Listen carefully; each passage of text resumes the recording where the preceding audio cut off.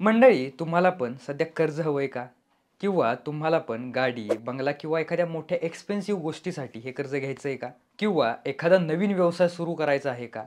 पण जर पैसे नसतील, तर आता तुमच्यासाठी एक चांगली आणि आनंदाची बातमी आहे. ती म्हणजे लवकरात लवकर लोन मिळवण्याची आणि तीही एकदम कमी व्याजदरात.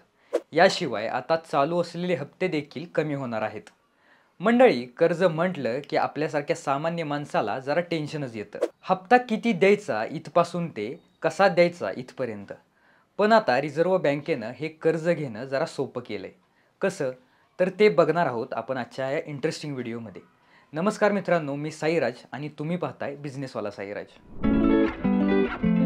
मित्रांनो, भारतीय रिझर्व्ह बँकेनं रेपो रेट 6% वरून कमी करून 5.5% इतका केला आहे. या निर्णयाचा व्यापक परिणाम देशाच्या संपूर्ण अर्थव्यवस्थेवर होणार आहे. रेपो रेटमध्ये केलेली ही कपात फक्त एक आकड्याची घट नसून ती धोरणात्मक आणि सामाजिक आणि आर्थिक परिणाम घडवणारी गोष्ट आहे. मित्रांनो, आता तुम्ही म्हणाल की हा रेपो रेट म्हणजे नेमकं काय? तर रेपो रेट म्हणजे रिझर्व्ह बँक ऑफ इंडियाकडून देशातील बँका जेव्हा अल्प मुदतीसाठी कर्ज घेतात त्यावेळी आर-बी-आय जे व्याज आकारते ते म्हणजे रेपो रेट. थोडक्यात रिझर्व्ह बँक ज्या दराने इतर व्यापारी बँकांना कर्ज देते तो दर. उदाहरणार्थ, जर एखाद्या बँकेला अल्प मुदतीसाठी रोख रकमेची गरज असेल तर ती आर-बी-आय कडून पैसे घेते. आर-बी-आयला सरकारी बॉन्ड्स देते. या व्यवहारासाठी जे व्याज आकारले जाते ते म्हणजे रेपो रेट.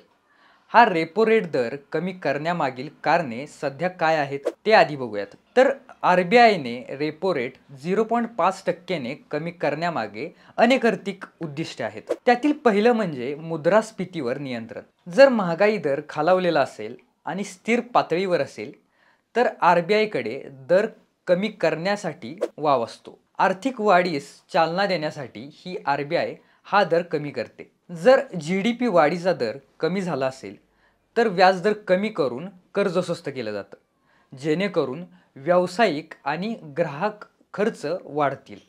व्याजदर कमी झाल्यावर लोक अधिक कर्ज घेतात, जसे की गृहकर्ज, वाहन कर्ज, वैयक्तिक कर्ज, ज्यामुळे बाजारातील मागणी वाढते. सध्या आता हाच रेपो रेट कमी झालेला आहे, त्यामुळं लोकांसाठी आनंदाची बातमी आहे. याचबरोबर कधीकधी आंतरराष्ट्रीय बाजारातील मंदी, महागाईचे दबाव, इंधन दर यामुळे भारतात मागणी कमी होते. अशा वेळी आर-बी-आय बाजारात पैसे प्रवाह वाढवण्यासाठी रेपो रेट कमी करते.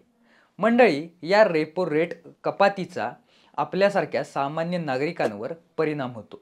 यातील महत्त्वाचं म्हणजे आपल्यासाठी कमी होणारा ई-एम-आय. बँका रेपो रेटच्या आधारे कर्जाचे दर ठरवतात, म्हणून गृहकर्ज, वाहन कर्ज, शैक्षणिक कर्ज याचा ई-एम-आय यात कपात होते.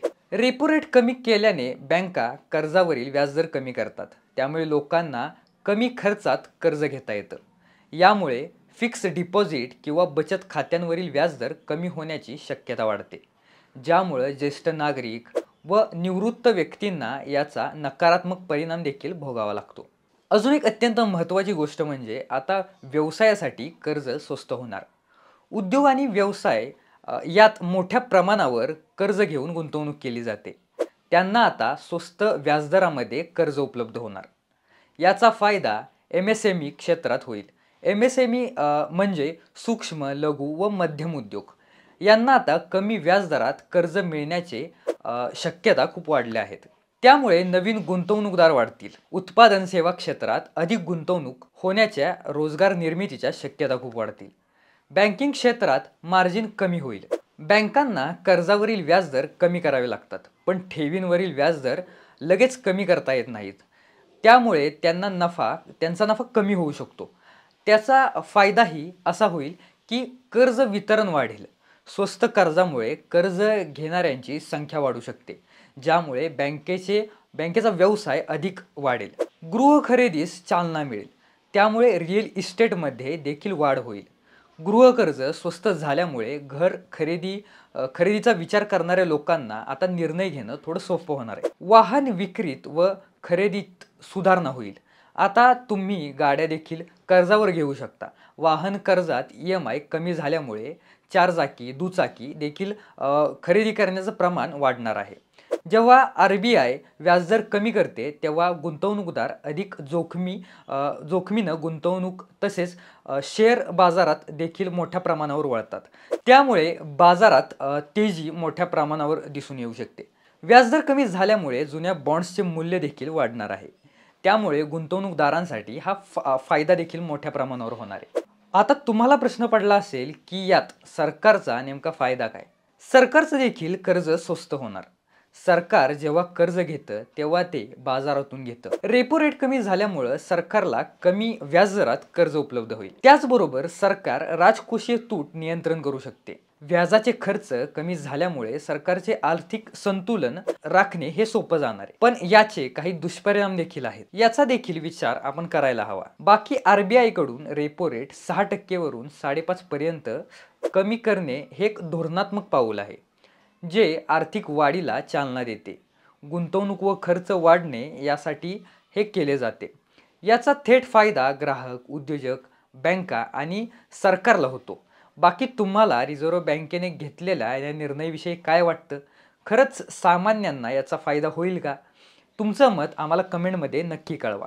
सोबतच तुम्हाला हा व्हिडिओ कसा वाटला हे आम्हाला कमेंटमध्ये कळवा. हा जर व्हिडिओ तुम्हाला आवडला असेल तर हा व्हिडिओ लाईक करा, शेअर करा आणि अशाच इंटरेस्टिंग व्हिडिओजसाठी आपला चॅनल सबस्क्राईब करायला विसरू नका. धन्यवाद.